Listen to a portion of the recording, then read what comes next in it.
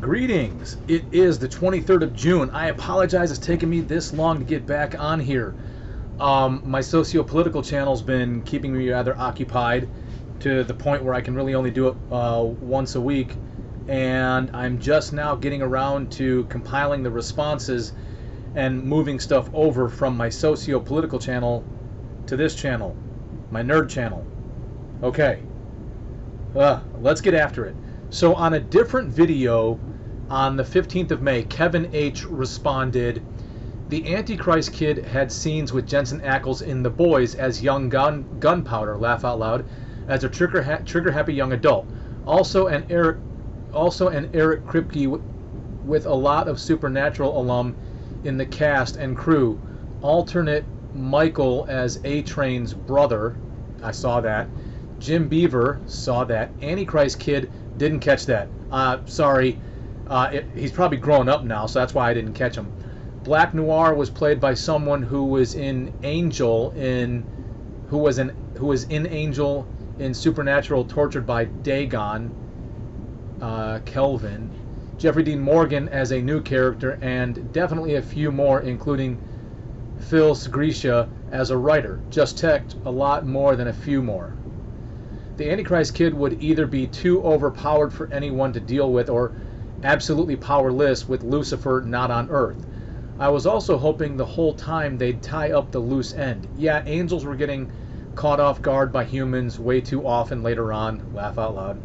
I guess Cass, with full grace being regular and not divine like before, makes sense if he's going up against regular angels and not humans, monsters and demons. They just didn't care to present angels as grand as they were in season 4 through 6. Yeah, I noticed that too. Charlie, sigh, well, at least she went down doing something great. And the season 15 finale and Dean's death, yeah, that's arguably one of the biggest things that all Supernatural fans can agree on. Laughing my ass off. In my opinion, NCIS peaked with the season 8 finale. The first 8 seasons felt like a force of nature. I was extremely big on Charmed when I was a kid for too many reasons. Starting in the least few years it was airing, and the new one, yeah, just off of it being a reboot with different actresses, not touching that at all. Not touching that. And to learn they were willing to come back, but the studio or whoever just opted to do a reboot instead, disappointing for us old fans. Technically, Dean has never called a single human woman a bitch, except for witches. I think just female demons, monsters, angels, gods, oh, and of course, Sam. In my opinion, his attitude has never changed, and the stuff is irrelevant, and people get in a twist a bit too much over it. If anything, it made it better, which is good, true to Dean, especially after all the things they go through, from common monsters to the most dangerous entities in existence, hell and purgatory and back. It puts things in perspective. After all, it goes from them in their early 20s to age 40. Stace replied, I wouldn't be surprised if there was a Supernatural movie. I'm going to try to comment on all of this, by the way. And then Stace also said he's referring to the Winchesters. Kevin H. replied, have you seen it? Stace said, I only watched a couple episodes. Kevin H. said, what was your impression of it? And then Stace also said, been reported in People and E.T. Not sure what that means. I'm guessing you are referring to the U.S. Oh, she might be talking about us. Stace, I'm sorry, I don't know what you're talking about there. I'm guessing you're referring to the U.S. version of Being Human rather than the U.K. version. Absolutely. Buffy and Angel, Stace, back to you. We're on the WBCW. Firefly was on Fox. I replied and completely mishandled by Fox as well. Andrew Book chimes in. Can we all agree that Buffy and Angel should have just been one series where they end up fighting the bad guys together and end up together? Like, I never got the need to make it into 2 just disjointed series and have all the pointless negative drama, and this was a trend in movie making and still is, though much worse now. I don't get why all the writers are brainwashed into thinking they need to have either a strong female or strong male. They literally did an entire comic universe, and they're still trying to stick to this one stupid rule. There must be 0 happy couples with 2 strong leads. Why?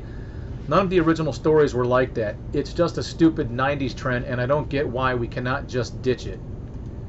What else? And then they torture the story to try to make it fit this super basic formula. It's been over 20 years, and they're still bending over backwards to try to fit that super dumb formula. It makes every show so stupidly predictable and boring and unsatisfying.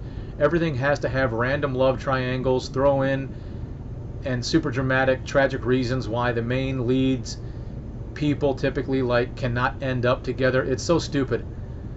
I call them tragedy fetish shows. They must all be written by the same weirdos somehow.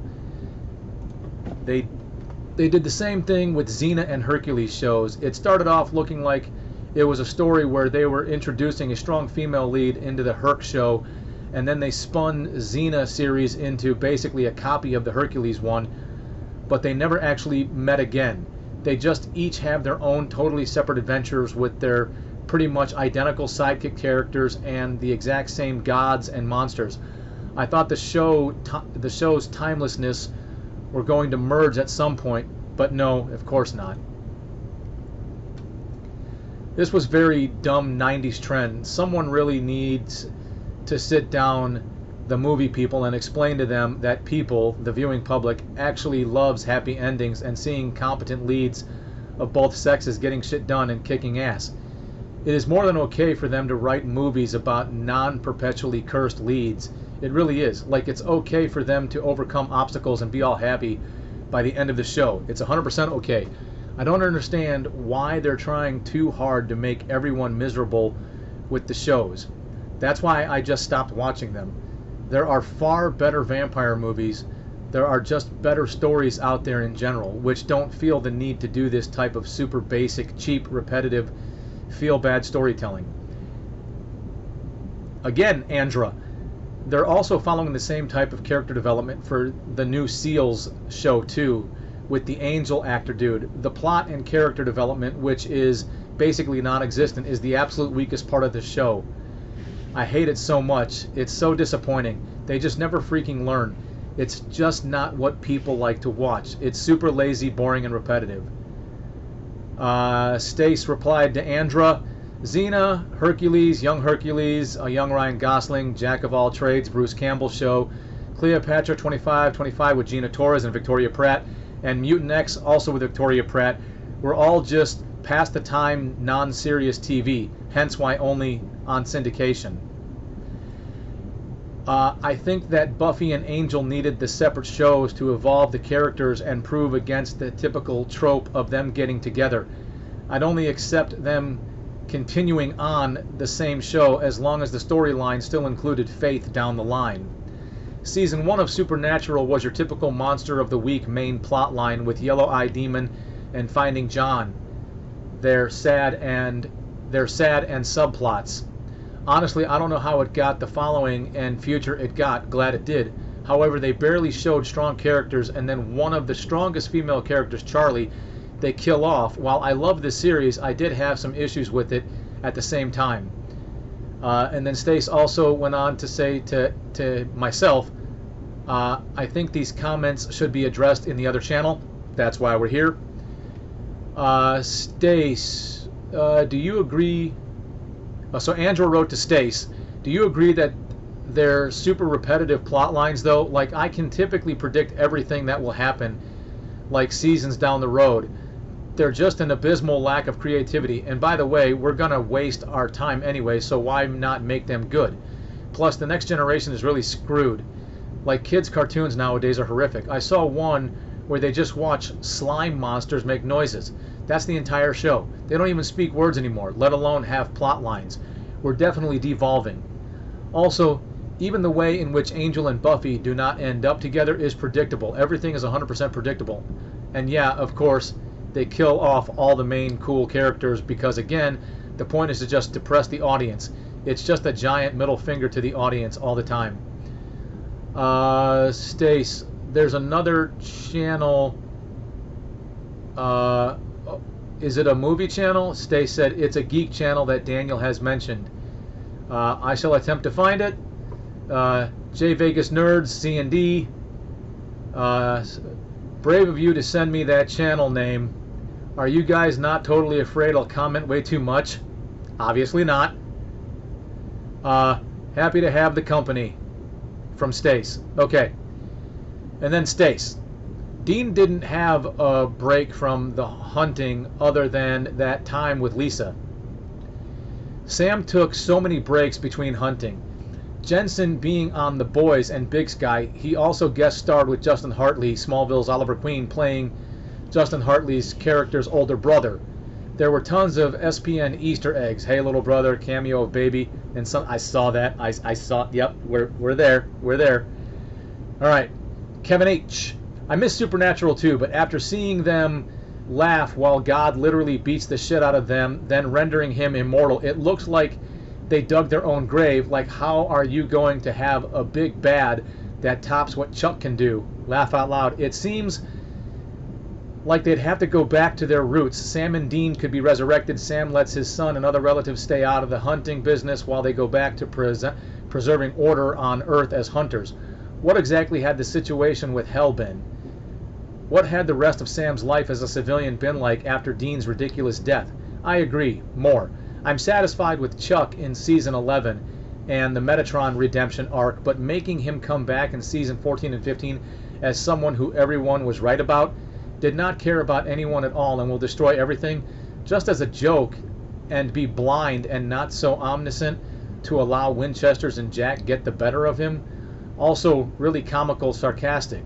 Before that, I saw him more as someone just wanting everyone to figure out on their own if it involves catastrophe, but ultimately wanting the best and getting disappointed by their failures. Anyway, I don't know about you, but I group Supernatural into 3 eras. Season 1 through 5, the Crickby era. Okay. Season 6, a lot of us called it a disaster back then, but I feel it carries the tone of Seasons 1 and 5 really well. 7 through 11 of expanding the lore, culminating in Chuck finding peace, and then 12 through 15 of Lucy losing his mind and the writers taking it as far as possible. I like the British Men of Letters. Princes of Hell was an awesome concept in my opinion. Sam never wanted to be a hunter. He wanted a normal life and would have done it well. He came back only for their dad, then for Dean, then to get Dean back from hell. By then he was all in to fulfill his lust for power. Then he had to redeem himself in Season 5. Oh, soulless now. Need to take care of Leviathans. Okay, everything is gone now. Screw it, I'm settling down again. Okay, turns out that was messed up. I left Kevin and Dean hanging, but good significant character flaw for story. It really was a lot to ask of Sam before, but now it's kind of truly letting others down. Uh-oh, Crowley wants to do really terrible stuff with the demon tablet. Shit, angels falling. Will this crap never end? Really, wish I was in hell again right about now. The son of a bitch Dean let a psycho angel inside me. I can't talk to him now. Okay, he's dead. I'll forgive him. Now he's a demon. Now, well, point of no return. Now this is his life 100%. And they're the most feared humans in the universe by all supernatural beings. And they are the ones to maintain order. But TLDR, not sure what that means. I don't speak shorthand.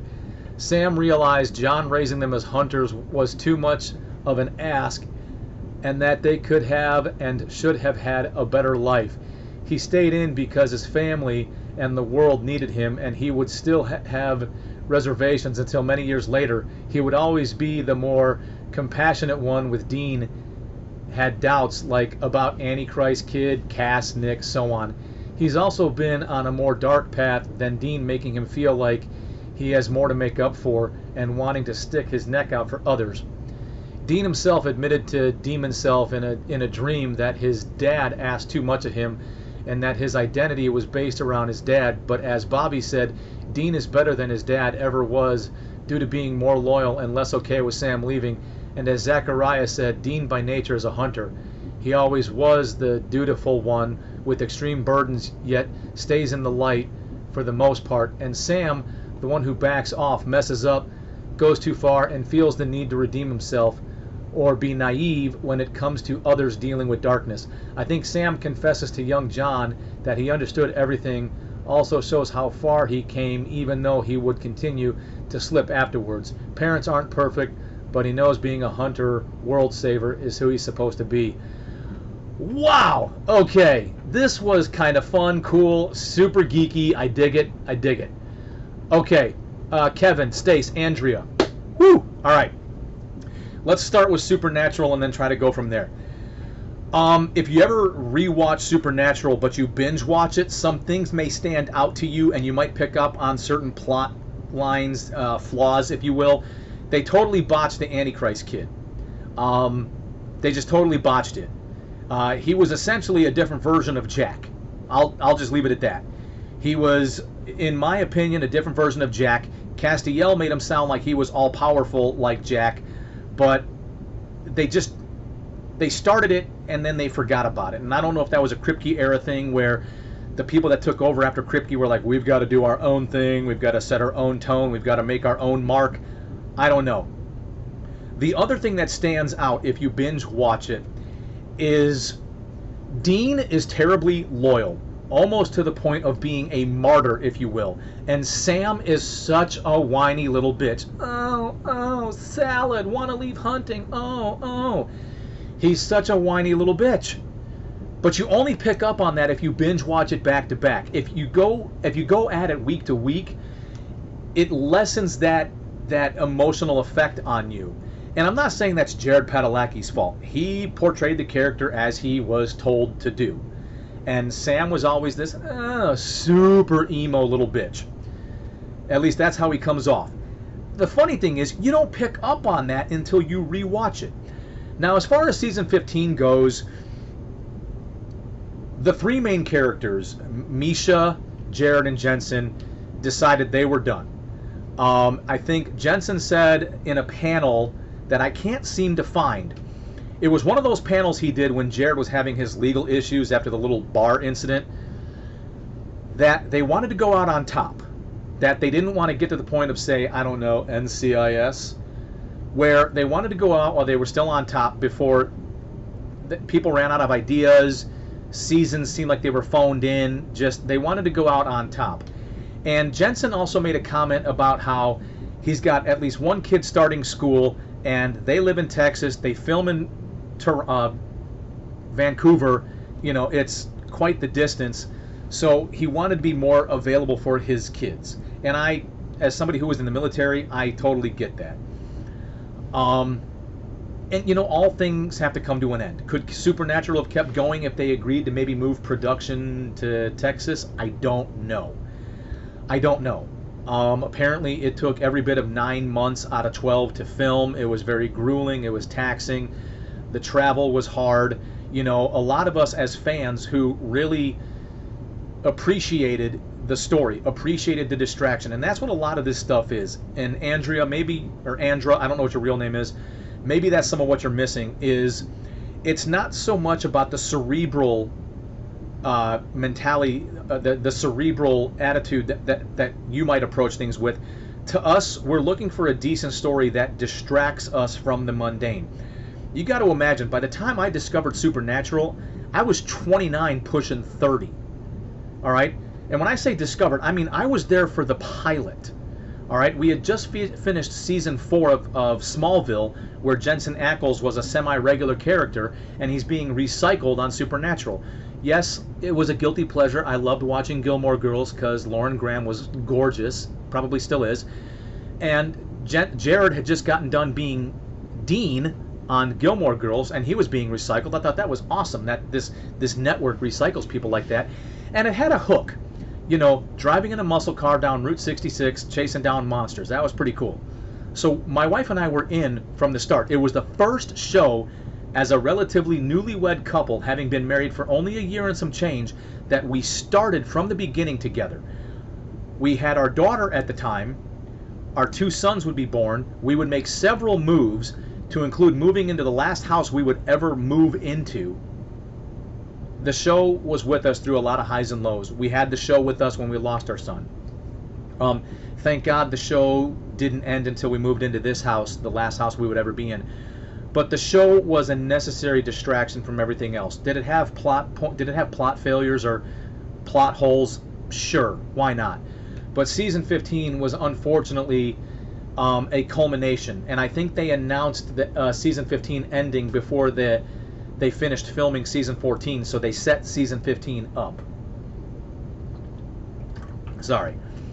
As far as the Winchesters, from the beginning, I suspected that the Winchesters was set in a different universe, kind of like the multiverse theory, and at the end of it, I was proven right.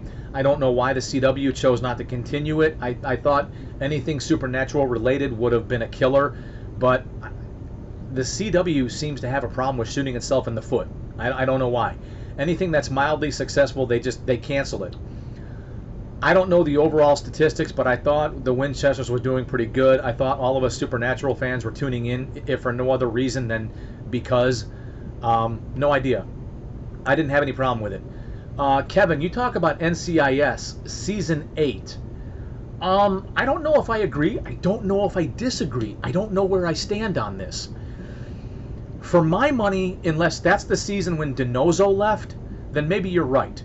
I've always had a problem with McGee being DiNozzo's replacement, because the actor and whatnot just doesn't have the same gravitas as Michael Weatherly did. So I forget his name. I used to know it. Well, I can remember Michael Weatherly, but I can't remember the guy who plays McGee. Sean something maybe. Wilder Valderrama would have been a better replacement for DiNozzo than McGee replacing. McGee just doesn't have it. McGee just doesn't have it. I'm sorry, he just doesn't have it. Gibbs, as in Mark Harmon, I think held the show together. As between him and McGee, they held the show together. But I think maybe you're right. When Ziva left, the blonde chick, she was okay. I was okay with her. I think, in all honesty, though, the moment that Abby left, I'm sorry, I'm forgetting the names. Paulie Perrette. I think she was the linchpin, in my opinion. I think once she left, her replacement, while not being a bad actress, just didn't carry the same panache. That's what I think. As far as Dean's death goes and the Angels being kind of weak, I agree with the Angels being weak. Somebody once said that because God had a lot to do with it, Chuck, that the Winchesters always had plot armor because Chuck was telling the story. So the moment Chuck was removed from the equation, the boys no longer had their plot armor. I get that concept. I get that idea. However, for 15 seasons, for 15 years, we had Dean Winchester. The Dean Winchester we knew. And his death scene was kind of like, gosh, like Goofy from Disney. I've said it numerous times, to me it didn't fit the character of Dean. Him jumping in front of a bullet or doing something to save Sam's life, but this time without the plot armor, it was fatal. That would have been more Dean. Being pushed into a piece of rebar? Are you kidding me? The only other thing I was willing to wrap my head around was it was less about the death scene and more about the monologue and the interaction between Dean and Sam with some of the throwbacks to season 1. Because it was actually quite a beautiful scene, but it was fucking rough. My wife can't watch it. We can binge watch everything but the final episode. She just can't do it. You should have seen her when it happened. She couldn't handle it. As far as any of the other shows go, I never really watched Charmed that much, other than, dare I say, being an objectifying piece of trash, heterosexual Caucasian male. Because it was basically a bunch of hot chicks running around, wearing hot chick outfits. I used to watch it with music on in the background. So I'd turn the volume down on the TV, I'd turn my music up, and I'd be like, hot chicks, hot chicks. Sorry, I like women. Is who I am. As far as a supernatural movie, I don't know. Here's the thing. It's supernatural. So could Chuck bring them back? Or I'm sorry, could Jack bring them back? Absolutely. I just don't know. I feel like too much time has gone by now, where it's starting to feel like Firefly. It's starting to feel like Serenity. Firefly is, Jesus Christ, Firefly is now 21, 22 years in the grave. Serenity is now 19 years in the grave. I mean, Jesus. I feel like you might have to just give it up. But I don't know. If the story's done right, I'm not saying I have the imagination for that storyline, that plot line. Maybe. I don't know. I don't know. What I will say is, for us, it was a fun journey. Just to kind of give you an idea, I currently live in Jacksonville, North Carolina. I don't care if that's doxing. Andra, I know you'll flip out. I currently live in Jacksonville, North Carolina. That's where we started the show, in the first house I ever bought with my wife. So the first house we owned as a couple. We had our first kid together. We were pregnant with our second child. And we started. It was one of the first shows we started as a couple from start to finish. From Jacksonville, we would move to Columbus, Ohio. From Columbus, Ohio, my wife would go to Chicago for a year. I'd come back down here to Camp Lejeune for a year. Then we would reunite back in Jacksonville for a year. Then we would move to Garner, North Carolina for about 2 years before moving to Jacksonville in 2016. We lived in a rental for about 6 months, and then we bought this house, which has been the longest place I've ever lived. In 48 years of life, I've lived in this house, in this one singular location, longer than I've lived anywhere in my entire life. It's kind of fascinating that way. And Supernatural was with us through all of it.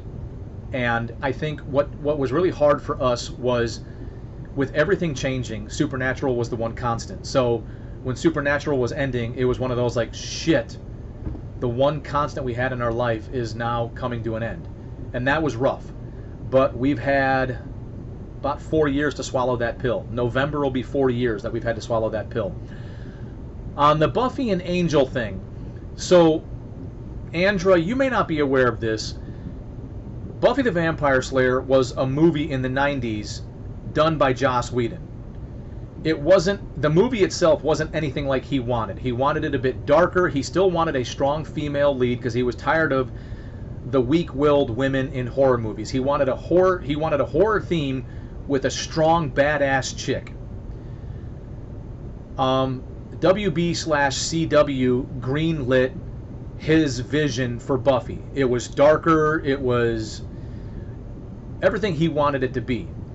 And then as the story was able to evolve and he had to expand the Buffy plotline, he came up with this character of Angel. Now, it was only supposed to be a temporary thing. However, the character of Angel was so beloved on the Buffy show that the network wanted Joss to create another show just for Angel himself, trying to, maximize getting, more out of Joss. So that's basically what happened. Was, if you don't recall, Angel would lose his soul if he ever gained pure happiness. He always found pure happiness with Buffy, so he had to separate from Buffy. It was a perfect setup for Angel to get his own show. I didn't watch Buffy, only intermittently if it was on. I did watch Angel. There was something about Angel I liked. It was dark, it was brooding. Okay. At this point in my life, I'd been through some stuff. I'd been in love with the love of my life, and I lost her. She would eventually come back into my life, and we would get married. It's a long story. But there was something about Angel that I could identify with, because I, too, felt lonely. For a majority of the majority of the first half of my career, I felt lonely. I thought I may have found love again, and it caused me to relocate from my first duty station to a new duty station, and turns out I didn't find love. I found some variation of it. Got my heart broken again, but not as bad. I mean, I recovered a lot easier than I did over the woman that would eventually become my wife. And there was just something about Angel that I found attractive. Like it just spoke to me, kind of like the character of Luke on Gilmore Girls. There was something about how he was just sort of kind of tortured by Lorelai that spoke to me, that just resonated with me. And maybe, you know, Andrew, it's not something you're at a point you're at, but sometimes maybe some of us Gen Xers, we find something in a character that we latch onto. We find something that we can identify with, whether we were meant to or not, whether the writers intended that or not. We find something we can identify with, and we latch onto that. As far as Supernatural goes, though, I don't know. Since then, my wife and I rewatched. My wife and I did binge watch Buffy, I think during COVID, to sort of catch up to where we were on Angel, because we've got Angel on DVD. I enjoyed them both. I thought Buffy was kind of cute, and what I really enjoy about Buffy, and I don't know if you'll agree with this, Stace, I really enjoy watching Buffy and Angel because it takes me back to the 90s, before cell phones were prominent, before the internet was prominent, before all the things that we take for granted nowadays were as mainstream as they are now. I mean, back in the 90s, the internet was not as mainstream as it is now. Cell phones were not as mainstream as they are now. I mean, I got my first cell phone in 2000, and I remember I was paying for 500 minutes, and if I went over 500 minutes, holy hell, I'd have to sell a kidney to pay off that bill. So, yeah. I really appreciate the feedback, everybody. This has been kind of fun. It's been cool. I need to get back into 3D printing some more. I've got a whole bunch of Mandalorian armor stuff that's incomplete. I got to get back into it, but I don't have the greatest temperature control in my little shop here, so it's difficult to print because you really have to watch out for your filament, because your filament is really susceptible to temperature. So I'm going to try to get back into that, try to get something posted, but in the meantime, I really enjoy nerding out about this stuff. And if you want to comment, if you want to keep this conversation going as nerds, by all means, let's do it. And if you do comment, as you've seen, I will read, react, and respond to your comments. Stay awesome.